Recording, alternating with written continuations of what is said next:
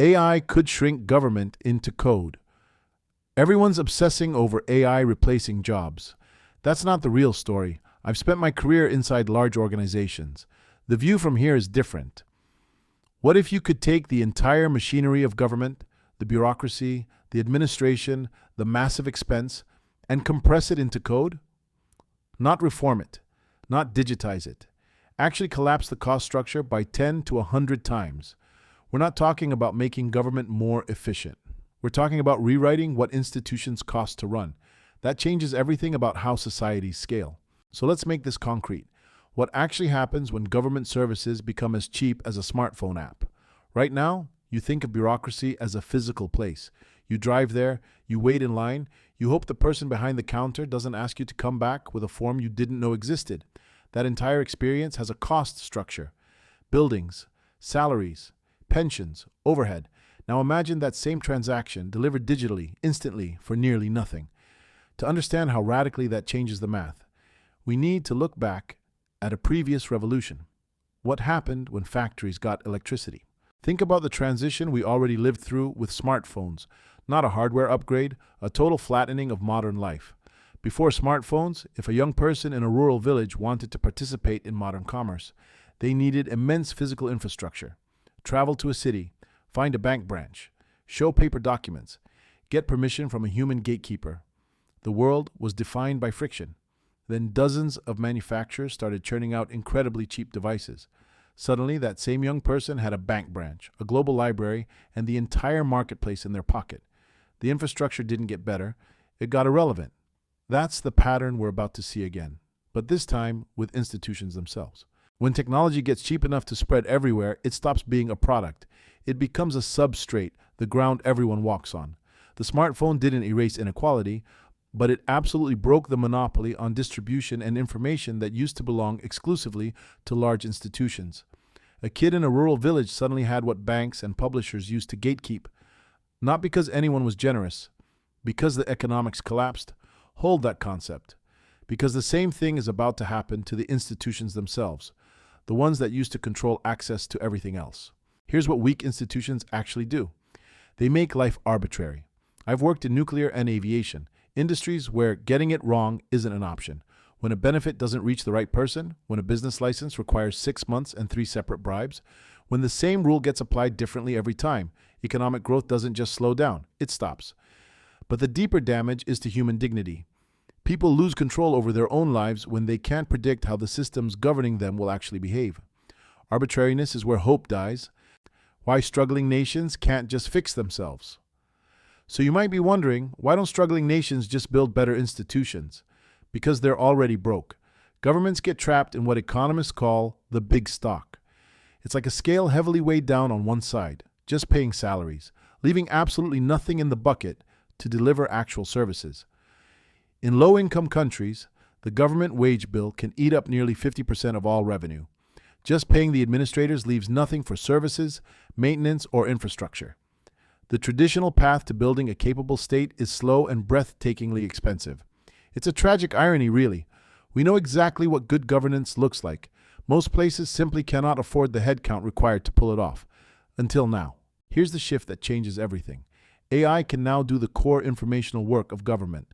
Not summarize it, actually perform it, process cases, verify eligibility, generate audit trails, route decisions through policy logic, answer citizens with perfect consistency. We're not talking about a tool that helps bureaucrats work faster. We're talking about the bureaucrat becoming the tool. The entire apparatus that bought the salaries, the buildings, the pensions, collapses into hardware and code. And because it's code, the cost structure doesn't improve. It disappears. A functioning institution used to require thousands of people. Now it requires a few servers and someone who knows how to write a prompt. That's not efficiency. That's a phase change.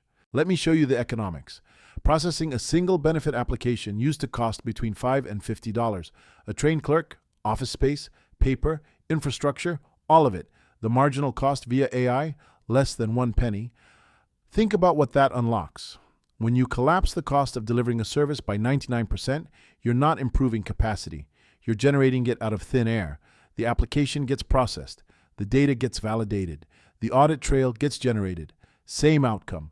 0 human hours. That's not a better system. That's a different one entirely. The cost of AI government services just collapsed, and the speed of this cost collapse is frankly absurd. In 2022, top-tier AI performance cost $25 per task. Today, we're approaching $1, and the decline is accelerating, which means the constraint on whether a citizen gets reliable government service is no longer funding. It's no longer training timelines or headcount budgets. That financial barrier just evaporated. The excuse every finance minister has been using for decades, we can't afford quality at scale, just stopped being true. AI Agriculture Advisor reaches 110,000 African farmers. This isn't a whiteboard concept. It's already deployed. In Malawi, a farmer with no access to agronomists opens an app called Ulangizi, Advisor, in Chichewa. She asks a question about her maize crop in her own language. An AI responds instantly, grounded in official government agricultural guidance. She doesn't wait weeks for an extension officer to visit. She has a phone. She gets an answer. By late 2024, systems like this reached over 110,000 farmers across 27 African languages. That's the entire knowledge infrastructure of a ministry, manuals, expertise, consistency, compressed into something that fits in a pocket and costs almost nothing to run. Portable capability at commodity scale. AI government compounds the digital revolution already underway. The best part? We aren't starting from scratch. I've watched 3 technology waves hit the enterprise. This one is not like the others. Digitization already proved the baseline. The UK found digital transactions ran 50 times cheaper than paper. Estonia saves hundreds of millions annually with their digital platform. India eliminated $42 billion in fraud just by going direct digital transfer. Moving forms online was step 1. AI means we process those digital forms with zero human intervention. It takes the advantage of going digital and compounds it exponentially. That's not addition. That's the second half of the chessboard. The Draugert's AI government is not about efficiency. It is about design. So when the barrier to administrative capacity is no longer money, the entire challenge shifts. We move from a world where we simply couldn't afford to help people to a world where we have to engineer exactly how we help them. The old constraint was budgets and decades of training civil servants. The new constraint is entirely structural. Do we have the right accountability architecture in place? Because when you can make 1 million decisions a minute for pennies, the design of your system is literally everything.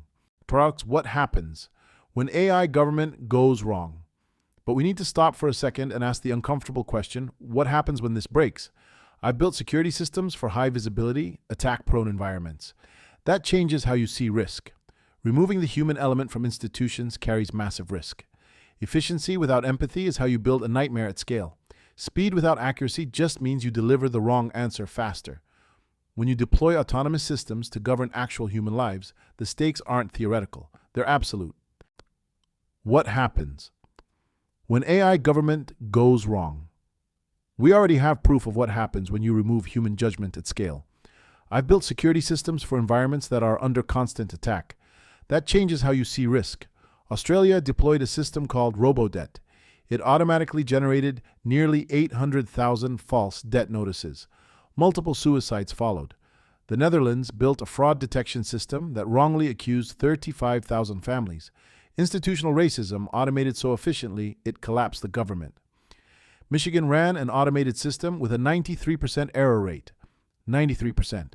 The pattern is clear. Removing human oversight from vulnerable populations leads straight to disaster. Efficiency without empathy is just cruelty at machine speed. Wogar's AI government needs guardrails, or it becomes cruelty at scale. So how do we prevent these nightmares? I've been in enterprise tech long enough to know when something genuinely new is happening. Institutional AI needs absolute non-negotiable guardrails. First, solid policy grounding. We must know exactly what rule was applied. Second, clear audit trails so we know why the AI decided what it did. Third, human oversight. A specific real person is always accountable. Fourth, citizens need clear pathways to appeal decisions. And fifth, sovereign control. Governments own and control the system, not unaccountable private tech companies. These aren't nice-to-haves. They're the literal difference between building state capacity and unleashing cruelty. increase AI government will create political compression. When institutional capacity becomes cheap, something else happens that nobody's talking about: political compression. I've sat through enough transformation programs to know how this ends.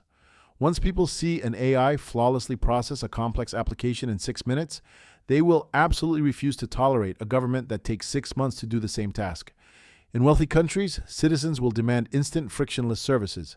In developing countries, governments won't be able to hide behind the old excuses anymore: institutional inertia, lack of funds, capacity constraints. The global political pressure to actually deliver is about to become immense. AI government speed creates human dignity. But here's the part that actually matters. The human stakes of this speed are beautiful. When you've had to lead nearly 1,000 people through change, you learn what actually matters. A marginalized community doesn't have to wait 2 generations for basic services to reach their town.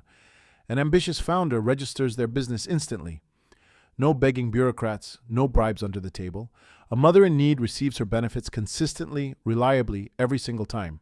By automating the exhausting friction out of governance, we literally allow people to just live their lives. That's not efficiency, that's dignity at scale. Just, AI government is not just tech. It is civilization scale. This isn't just a technology story, it's a civilization story. I've had a front row seat to every major technology shift since the early 2000s. Cheap smartphones allowed billions of people to participate in modern digital commerce. Institutional AI will allow billions to finally participate in modern governance. Extending functional governance to places locked out for decades rewrites the trajectory of human society. We're leveling the playing field of predictability and fairness across the entire globe. The question is whether we build it right. One hack source: AI government is already here. The only question is design. The technology exists. The cost has collapsed. Institution in a box is no longer theoretical. It's deployable right now. I've spent most of my career inside large organizations. The view from here is different. So here's the only question that actually matters. Will we architect these systems with accountability, transparency, and human dignity baked in from day one? Or will we rush forward and bolt on the guardrails later, after we've already automated cruelty at scale? That choice is entirely ours, and the window to make it correctly is closing fast. If you want to stay ahead of this curve, follow for more.